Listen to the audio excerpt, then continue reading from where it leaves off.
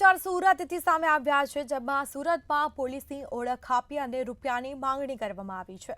તો સમાચાર સામે આવ્યા છે, પોલીસની ઓળખ આપી અને રૂપિયાની માંગણી કરવામાં આવી। તો સુશીલ અને અતુલસિંહ નામના બે આરોપીઓની ધરપકડ કરવામાં આવી છે। ખોટા કામ કરો છો કહી રૂપિયાની માંગણી કરી હતી।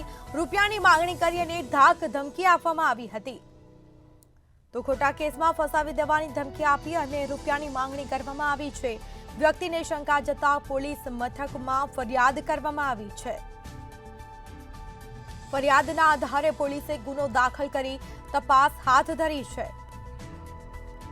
તો વધુ વિગતો સાથે સંવાદદાતા રાબિયા સાલેહ ફોનલાઈન પર જોડાઈ ગયા છે। જી, સુરતમાં પોલીસે ખોટી ઓળખ આપી અને રૂપિયાની માંગણી કરવામાં આવી છે, શું છે સમગ્ર મામલો?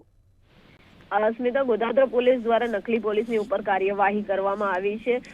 પોલીસ તરીકેની ઓળખ આપી કેટલાક વેપારી કહો, અન્ય વ્યક્તિઓ કહો, તમામ પાસે જે બ્લેકમેલિંગ કરવામાં આવતું હતું, એમની પાસે રૂપિયાની માંગણી કરવામાં આવતી હતી। બે નકલી પોલીસ દ્વારા સુશીલ તિવારી અને અતુલસિંહ સેંગર નામના જે બે આરોપીઓ છે, એમની પોલીસ દ્વારા ફરિયાદના આધારે ધરપકડ કરી લેવામાં આવી છે। તેઓ કેટલાક વેપારીઓ, કેટલાક ઇસમો એમને ટાર્ગેટ કરતા હતા અને ત્યારબાદ તેમને ખોટા કામ કરો છો કહી રૂપિયાની માંગણી કરતા હતા। સાથે ધાક ધમકી પણ આપતા હતા કે જો રૂપિયા નહીં આપશો તો ખોટા કેસમાં તમને ફસાવી દેવામાં આવશે। આ વેપારી જે છે એને શંકા ગઈ હતી અને ત્યારબાદ તેણે ગોધાત્રા પોલીસ મથકની મદદ માંગી હતી અને ફરિયાદ નોંધાવી હતી। ફરિયાદના આધારે ગોધાત્રા પોલીસે ગુનો નોંધી તપાસ હાથ ધરી હતી। તપાસના અંતે બંને નકલી પોલીસને અસલી પોલીસે ઝડપી પડ્યા હતા। હાલ વધુ તપાસ જે છે ગોધાત્રા પોલીસ દ્વારા કરવામાં આવી રહી છે। જી સ્મિતા। જી બિલકુલથી તમામ જાણકારી આપવા બદલ આપનો આભાર। તો આ મામલે બે આરોપીઓની ધરપકડ કરવામાં આવી છે। સમગ્ર મામલે તપાસ પણ કરવામાં આવશે।